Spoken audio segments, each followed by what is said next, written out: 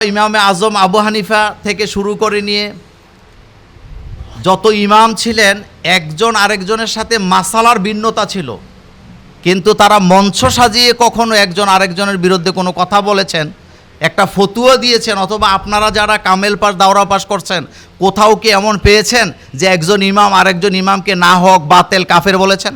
আজকে জুমার দিন, আপনারা সকলেই আইম্মায়ে মাসাজিদ, আপনারা মসজিদে কথা বলেন, কথা বলার লোক আপনারা শোনার লোক না। আর আপনাদের কথাগুলো শোনার জন্য লোকেরা চাতক পাখির মতো বসে থাকে। রাজনৈতিক নেতারা বক্তব্য শোনান, টাকা খরচ করে, আর আপনাদের বক্তব্যগুলো মানুষে শুনে নিজেদের টাকা খরচ করে। তার পার্থক্য হলো আপনারা আল্লাহ এবং আল্লাহ রাসূলের কথা বলেন। তো 3-4টি বিষয়ে আমি কথা বলবো। প্রথমে যে কথাটি বলবো সেটি হচ্ছে মসজিদ এটি শুধু সেজদা দেওয়ার জন্য আল্লাহ বানান নাই। রাসূলুল্লাহ সাল্লাল্লাহু আলাইহি ওয়াসাল্লাম মসজিদ থেকে রাষ্ট্র পরিচালনা করেছেন। একটা রাষ্ট্রের যত কাঠামো থাকে সেই কাঠামোর সকল ব্যবস্থা নিয়েই মসজিদে আপনাদেরকে আলোচনা করতে হবে, তাইলে মসজিদের হক আদায় হবে। যেই মসজিদের মিম্বরে তাসবির দাওয়াত হবে, সেই মসজিদের মিম্বরে আল্লাহর আইনের দাওয়াত হবে।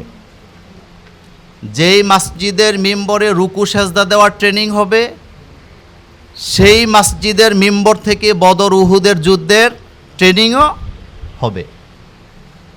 অনেক সময় আমরা কথা বলার পরে দেখি এগুলা নিয়ে মসজিদে কথা বলার বিষয়। এই কথাগুলা মূলত বামপন্থীরা বলে, এবং ইদানিং কিছু লোক বের হয়েছে, এরা না বুঝে ইসলাম, না বুঝে কোরআন, না বুঝে হাদিস, আলেমদেরকে ছোট করার জন্য বিভিন্ন জায়গায় তারা বক্তৃতা দিয়ে বেড়াচ্ছেন। তাদের বক্তব্যের কারণে আমাদের আলেমদের মধ্যে কিছু অনৈক্য তৈরি হয়েছে। সেজন্য আজকের প্রোগ্রাম থেকে প্রথমে যে অনুরোধটি আমরা করব, মসজিদে সকল বিষয়ে আপনারা কথা বলবেন। জুমার নামাজে যখন দাঁড়াবেন খুতবা দেওয়ার জন্য, রাষ্ট্রের কাঠামো, শিক্ষা ব্যবস্থা, পরিবার নীতি, সমাজনীতি, রাষ্ট্রনীতি, ইবাদত নীতি বলতে যা বোঝায় সকল ব্যাপারে যেন আমরা মসজিদের মিম্বর থেকে কথা বলি। দ্বিতীয় যে বিষয় সেটি হলো, বর্তমানে আলেমদেরকে আলাদা আলাদা রাখার জন্য আলাদা আলাদা প্ল্যাটফর্ম থেকে বিভিন্ন ষড়যন্ত্র চলছে। এমনভাবে আমরা একজন আরেকজনকে আক্রমণ করে কথা বলি, অথচ মাযহাবের ভিন্নতার কারণে কোনো ইমাম কোনো ইমামের বিরুদ্ধে একটি ফতোয়াও দেন নাই। আপনি হানাফি মাযহাবের কোনো আলেম অথবা ইমামে আজম আবু হানিফা থেকে শুরু করে নিয়ে যত ইমাম ছিলেন একজন আরেকজনের সাথে মাসালার ভিন্নতা ছিল, কিন্তু তারা মঞ্চ সাজিয়ে কখনো একজন আরেকজনের বিরুদ্ধে কোনো কথা বলেছেন, একটা ফতুয়া দিয়েছেন, অথবা আপনারা যারা কামেল পাস দাওরা পাস করছেন কোথাও কি এমন পেয়েছেন যে একজন ইমাম আরেকজন ইমামকে না হক বাতেল কাফের বলেছেন? অবশ্যই বলেন না, কিন্তু এখন এগুলো বলা হচ্ছে। আর এগুলার কারণে আমরা 90% মুসলমানের দেশে ইসলাম বিদ্বেষী অহরহ লোক পাওয়া যায়।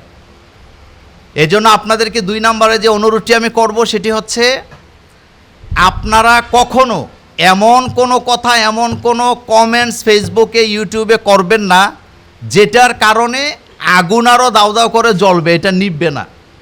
আপনাকে কেউ গালি দিছে, জবাব দিবেন না। আপনি দেখছেন আপনাকে কমেন্টসে গালি দেওয়া হয়েছে, আপনি কোনো কথাই বলবেন না, আপনি এড়িয়ে চলে যাবেন। আপনাকে গালি দেখ, কারণ আপনার একটা কমেন্টসের কারণে ঐক্য নষ্ট হবে, এটা যেন না হয়।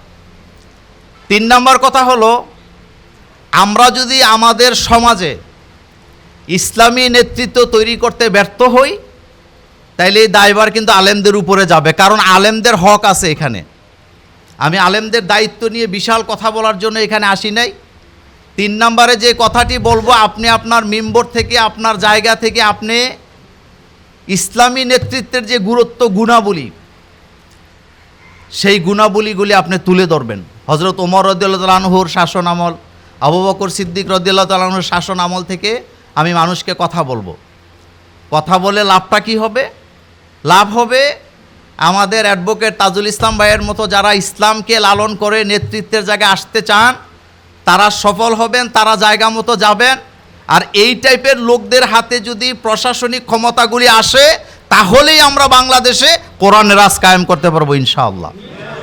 আল্লাহ যেন আমাদেরকে তৌফিক দান করেন। আর কোনো কথা নয়, আমি দেরিতে আসছি, আমি খুব ব্যস্ত ছিলাম, এজন্য দুঃখ প্রকাশ করছি। আবারও কোনো দিন দেখা হবে অন্য কোনো মঞ্চে অন্য কোনো বিষয় নিয়ে। আজকের মতো বিদায়। আসসালামু আলাইকুম ওয়া রাহমাতুল্লাহি ওয়া বারাকাতুহু।